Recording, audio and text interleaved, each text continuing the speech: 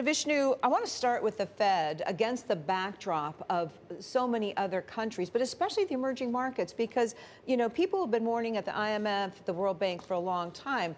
Whatever signals the Fed sends, and this is going to be a very big meeting because the boost in inflation, creating some expectation, they might signal a sooner, at least, consideration of reducing stimulus. If they do, what is that going to mean for these other central banks around the world? The really short answer is a lot. But exactly what would then boil down to two things. I think markets are watching for two things in particular. One is whether there are any incremental shifts in the so-called dot plot, because we do recall the last dot plot was very reassuring in that the Fed was going to hold rates through 2023.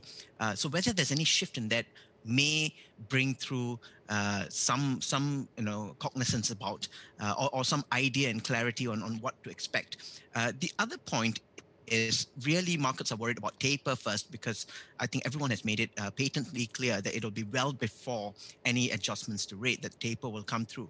And so whether how and whether the Fed transitions to talking about taper comes through is going to be the big thing markets watch for. But having said that, I think their starting point is it's too early. The Fed will not mention it, and at this point, they're still quite happy to look through the rise in inflation, passing it off as predominantly transitory. Well, we'll see. We'll see. I don't know if I'd put 100% bet on that, but you have a very interesting analysis of how the Bank of Japan has to deal with the transitions that the other two big three central banks make, how slowly they go, how quickly they go. So how do you chart that course for the BOJ? I think that the irony here is that despite being cutting edge in its policy, the BOJ, moving into things like purchasing ETFs before the others, so on and so forth, YCC, you name it, they've done it first. But despite all of this, they're still hamstrung by what the Fed does. So if the Fed is seen to be more dovish than the BOJ, then immediately you get the frustration of a stronger yen that the BOJ has to deal with, even if they struggle to bring inflation back into the foreground. So this is why the BOJ will have to go out of their way beyond the tangible actions. The biggest thing they have to do is to come across to markets and say, look, we're still going to be far more dovish than the Fed, and we've got the chops to prove it.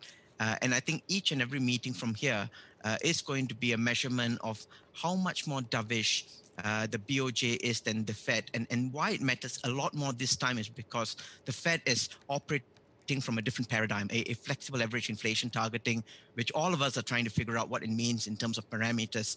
And that's the BOJ's big challenge. The ECB has already done its part by, despite lifting their forecast, saying that, hang on, we're still not where the US is. So, very gently, they've slipped that pass through the markets that we're going to lag the Fed in terms of normalization. And now the ball is on the BOJ's court. Vish, we've got May activity data out of China this week as well. We're going to continue to see the distortion from base effects. But when it comes to the factory gate inflation that we continue to see, should the PBOC be doing more than just the jawboning that we hear from authorities? And when are we going to start seeing the pass-through globally? I think that's really something that everyone is watching, and not just the PBOC. It is of some concern that the factory of the world is seeing record high inflation, and that's where the worry is. Where the silver lining is that so far the evidence suggests that the pass-through between raw factory gate inflation, and that's particularly to do with the upstream inflationary pressures, down to the manufacturing component of it, is already subdued on the first pass. Beyond that, we know that going through to CPI is subdued even further, and historically we can see that incrementally the pass-through from manufacturing inflation in China, the cost side of it, to global inflation has diminished even more. And this is partly got to do with China's productivity gains and profit margins allowing for some absorption. So this is where we can take some comfort, but no complacency, unfortunately.